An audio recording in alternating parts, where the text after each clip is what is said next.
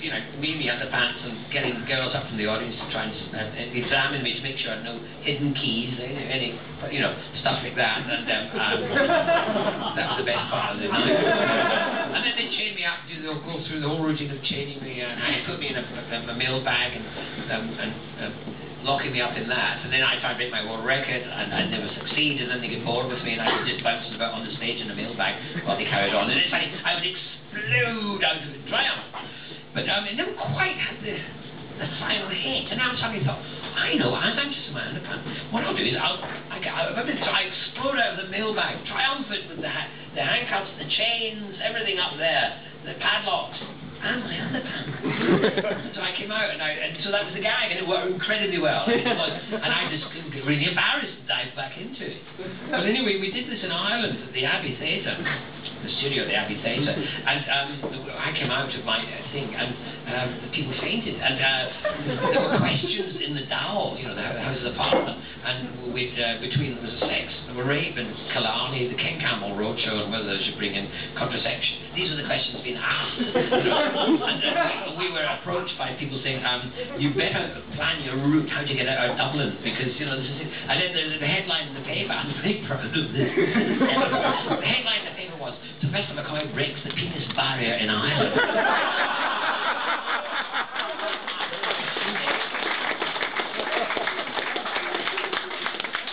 My little Willie creates such a funeral. Yates turned in his grave. So they said, I read it in the paper. And other people came out from the sickbed to see this appalling thing. And we were really depressed because we played all over Europe, and we got great reviews everywhere we went. And the Catholic Irish papers gave us really bad reviews. And we'd never experienced that before. And we were in a pub the next night. We were really sad. And some guy came up to us and said, are you the guys, you know, to the Abbey, you know? So yeah. He said, He said, the word's out, it's a great show. We packed out. And in fact, we ran for another, we had to transfer to another theatre. We did so well. The whole of Ireland wanted to see something really interesting.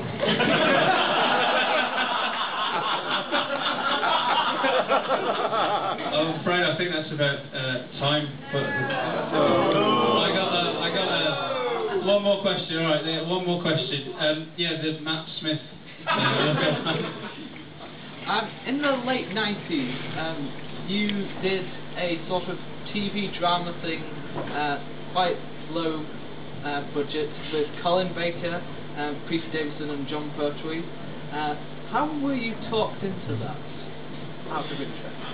Oh yes, I mean that was, I think that was a Bill Baggs thing, yeah, and it was Bill Baggs' magic, you know, he was he's a pirate, he was a real pirate, and you know, he kind of taught you into doing all sorts of things. The Arizona Solution. The Arizona Solution, that was it, yes. And I mean, bless him, I mean, I'm glad he did, because I mean, he was, you know, he's the kind of linchpin, he kept it somehow alive, and so more kind of reasonable and sensible people come along and bring it along.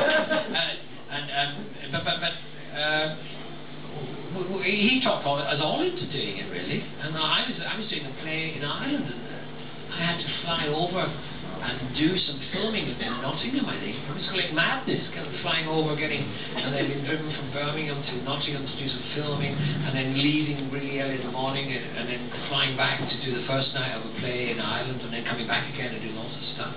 He could talk you into all. He was a great producer. I mean, he kind of upset the BBC because, you know, he was very sensitive.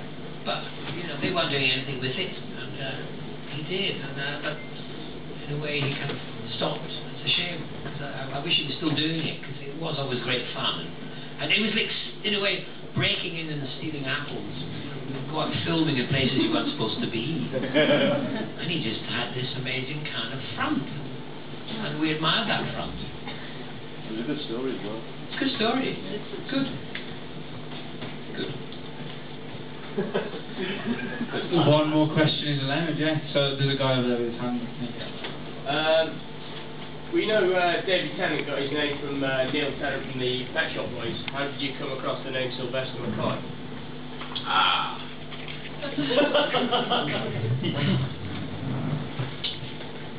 There is a song called that I think maybe I'll do that last.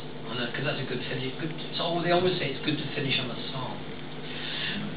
The Silvester came from a joke, which we couldn't remember for a long time, and then someone told me, and I've got to think quickly, because it's one of those. It's a rude joke about misunderstanding people's names.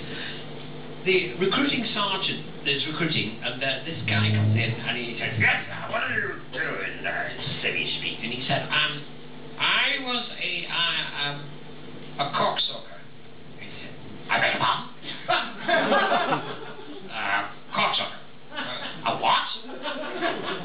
I soaked corks. I worked in the kind of, we stuck them in a bottle. Oh, yeah, all right. You can go and work in the national. Next one comes in and he says, "I was coke-sacker." A what? You were a what? Coke-sacker. A coke-sacker?